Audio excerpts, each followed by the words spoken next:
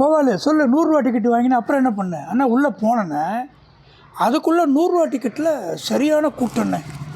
ஆஹா, தப்பு பண்ணிட்டோமே, முன்னாடியே வாங்கி போயிருக்கலாமேன்னு ஒரே பதட்டமாச்சுண்ணே. சரி போட்டோம், இன்றைக்கி இப்படி தான் நின்று பார்க்கணுன்னு இருக்குது அப்படின்னு நினச்சிக்கிட்டு நிற்கிறேண்ணே.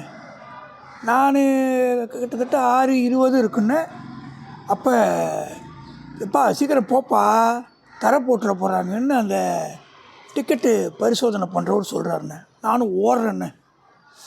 ஆனால் நடந்தது என்னென்னா, கோவிலில் அந்த சாமி பார்க்குறதுக்கு நேராக ஒரு 15 அடியில் அங்கே நான் நிற்கிறது தான் கடைசி சாமி பார்க்க முடியும். அதுக்கு அப்பால் இருக்கவங்க பார்க்க முடியும். அந்த இடம் நான் வரும்போது திரையை போட்டாங்கண்ணே.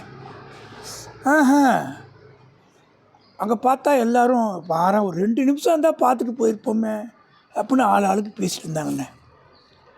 ஆனால் என் மனசில் ஒன்று தோணுச்சுங்க, சரி நம்ம தான் அப்படியே 1 மணி நேரம் இருக்க போகிறோமே, அது வரைக்கும் உபயோகமாக ஏதாவது பண்ணலாமே அப்படின்னு நான் பார்க்கும்போதுண்ணே, அங்கே ஸ்ரீ திருமலை முருகன் ஒரு சன்னதி இருக்குண்ணே. இப்படி ஒரு சன்னதி இருக்குன்னு முதல் தடவை பார்க்குறேண்ணே. அப்புறம் அந்த மண்டபத்தை பார்த்தா ஏகப்பட்ட ஓவியண்ணே, அருமையாக இருக்குது. அந்த ஒரு தூண்லேயும் சிற்பக்கலை, அந்த சிங்கம் மாதிரி அதோட அமைப்பு கண்கொள்ளா காட்சியாக இருக்குண்ணே. அப்படி பார்த்துட்டு திரும்பி பார்க்குற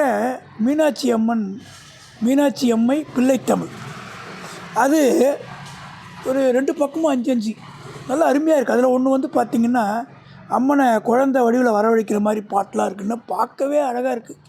அந்த மொத்த பாடலையும் ஒரு 5 தான் பார்க்க முடியும், அந்த பக்கம் தெரியல. நான் இடது பக்கம் இருந்ததுனால இடது பக்கம் தெரிஞ்சு அந்த 5 இடது பக்கம் உள்ள பாட்டையும் பொறுமையாக படித்தேன். அப்படியே என்ன பண்ணேன்னா, இந்த துவாரபாலகர்னு சொல்லுவாங்கண்ணே. துவாரபாலகர்னால் என்னென்னு கேட்டிங்கன்னா வாயிற்காப்போர்னு சொல்லுவாங்க. இந்த சொல் பொதுவாக வந்து இந்து பௌத்த சமயங்களில் ஒரு தொன்மங்கள்னு சொல்லுவாங்க. சிற்பங்கள் தொடர்பில் பயன்பாட்டில் இருக்குங்க. துவாரபாலகர் வந்து கோவிலோட வாயிலில் 2 பக்கத்துலேயும் அமைச்சிருப்பாங்கண்ணே. அது பார்க்குற உருவம்.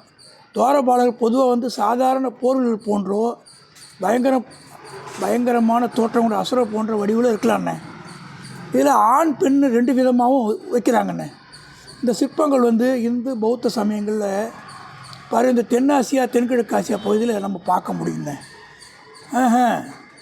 நீ என்ன பார்த்த அண்ணா? அதுதானே இந்த அம்மா கூப்பிட்றாங்க, கேட்டு வந்து திரும்ப உடனே சொல்கிறேண்ணே. 2 நிமிஷம் வெயிட் பண்ணுங்கண்ணே.